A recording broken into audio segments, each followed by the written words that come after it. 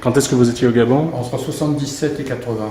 J'avais été recruté directement par l'éducation nationale gabonaise et j'étais prof de philo au lycée d'Oyem, dans le Volem-Tem. Donc Oyem est à peu près à 40-50 km de la frontière camerounaise, dans la forêt équatoriale.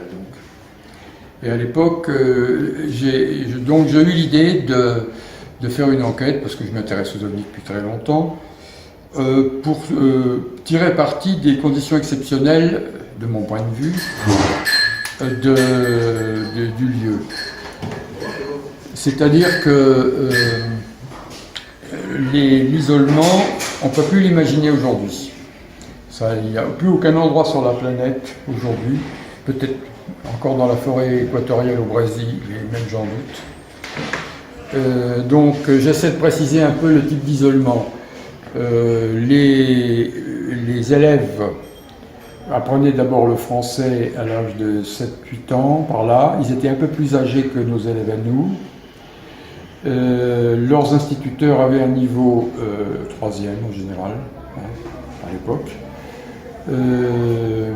Il n'y avait pas de bibliothèque au lycée. Il n'y avait pas la presse locale, il y avait quelques journaux, mais pratiquement rien. Il n'y avait pas d'émission dans la langue française, à la radio locale. C'était en fang, je ne sais pas si on prononce le G. Voilà, donc, et la majorité de mes élèves, c'était des enfants de planteurs. Voilà, donc j'ai eu l'idée de faire une enquête, parce qu'on a un problème que les ufologues se posent depuis le début, c'est est-ce que cette imagerie est d'origine internationale ou pas. Et donc le rêve de l'ufologue, c'est de trouver un cas pur, venant de quelqu'un d'une culture complètement différente, qui n'aurait pas été transmis par un occidental, qui aurait pu l'influencer d'une manière ou d'une autre. Alors je me suis dit, on va tirer parti de la situation, et donc j'ai parlé de ça à un de mes élèves de terminale, qui était extrêmement brillant et qui était parfaitement bilingue, et on allait dans son village, où la plupart des gens ne parlaient pas le français, ou très peu. Et on leur a présenté ça comme un jeu. C'était difficile de leur expliquer. Et on leur demandait d'interpréter les dessins qu'on leur donnait. Donc j'avais fait une série de dessins qui représentaient une femme qui est à la plantation, une africaine, donc avec on appelle ça, le truc dans les cheveux, la hotte avec le bois, elle était partie chercher du bois, elle était à la plantation. Et elle voit, donc c'est cadré, on voit les arbres, on voit qu'on est en Afrique. Et elle voit des petits êtres à côté d'un objet qui en gros est la représentation de la soucoupe de Valensole. Des petits êtres, des êtres de petite taille avec des yeux bridés. Et ensuite ces petits êtres tendent vers elle une sorte de petit bâton, puis se retirent et montent la chaîne et rentrent dans l'objet qui décolle et disparaît dans le ciel. Voilà, il y avait 4 ou 5 dessins. Donc, mon élève questionnait les gens, ils ont pris ça pour un jeu, ça a amusé tout le monde. Et on a été questionné, je crois, 20-30 personnes à peu près, du village, un peu tous les âges, etc. Alors, ce qu'il en est ressorti, c'est que soit les gens n'ont aucune représentation de ce que c'est pour nous, mais ils l'interprètent à leur manière, à travers leur culture, et d'une façon qui reflète leur culture, d'une façon très frappante. Donc, ce qui est revenu à plusieurs reprises, c'est le sentiment que c'est bizarre, il y a de la magie derrière tout ça. C'est étrange, mais ils ont capté le côté, la dimension un peu magique de l'affaire. D'autres ont interprété ça comme une intervention coloniale occidentale. Parce qu'il faut préciser que pour les Gabonais et les Africains, je pense en général, les Chinois sont des Blancs. Et ils ont les yeux bridés, donc les extraterrestres ayant les yeux bridés, alors ils ont dit, bah, c'est pas étonnant, c'est les Chinois qui commencent à venir nous coloniser. Donc ils ont interprété ça à travers les problèmes africains, qui étaient à l'époque encore embryonnaires, mais ça commençait. Voilà. Et donc, la majorité des gens ont interprété ça entre ces deux schémas. Et il y a une personne, un jeune, qui avait à peu près une vingtaine d'années, qui a immédiatement dit, ah ben évidemment, c'était une soucoupe volante. Soucoupe volante, comment savez-vous ce que c'est qu'une soucoupe? Il dit, ben, c'est très simple, je vais tous les étés chez mon frère à Libreville, je vais aller à la bibliothèque, j'ai lu des bouquins, etc. Voilà, tac.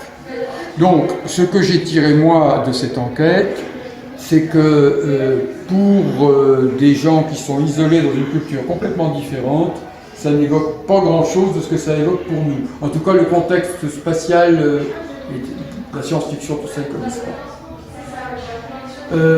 Il y a un phénomène de projection qui joue, ils projettent leurs préoccupations, la colonisation notamment, bon ça c'est évident, et la connotation de magie. Donc, la conclusion pour moi la plus probable, c'est qu'en milieu vraiment sans contact, il n'y a pas de... ça n'évoque pas du tout ce que nous plaçons là-dedans. C'est tout à fait frappant. Et donc j'en ai tiré... Pourquoi j'ai fait cette enquête? Parce que je m'étais intéressé déjà à l'époque à des cas africains, où je crois qu'il y a un cas célèbre dans une île française du Pacifique, ou en Nouvelle-Calédonie, je ne me souviens plus exactement, où il y a tous les habitants d'un village qui ont vu un objet qui, de façon très ostentatoire, flottait au-dessus du village, un peu comme le dessin qu'on voit là tout à l'heure, hein, ce que j'appelle l'effet vitrine. C'était en Papouasie-Nouvelle-Guinée. Papouasie. C'était le révérend. Eh bien, c'était un révérend. Oui, un révérend qui a regardé ça. Et ça n'était pas un Africain, je crois pas. Non, c'était en Papouasie-Nouvelle-Guinée et le révérend était américain ou australien. Un Australien, voilà. Voilà. C'était McGill. Nous y sommes. Là, par exemple, on voit là, le livre principal qui est sur l'Afrique, c'est Cynthia Hind, qui donc... alors, je ne connais pas ses livres, mais le problème, c'est que jusqu'à présent, à chaque fois que j'ai gratté, j'ai trouvé un intermédiaire culturel.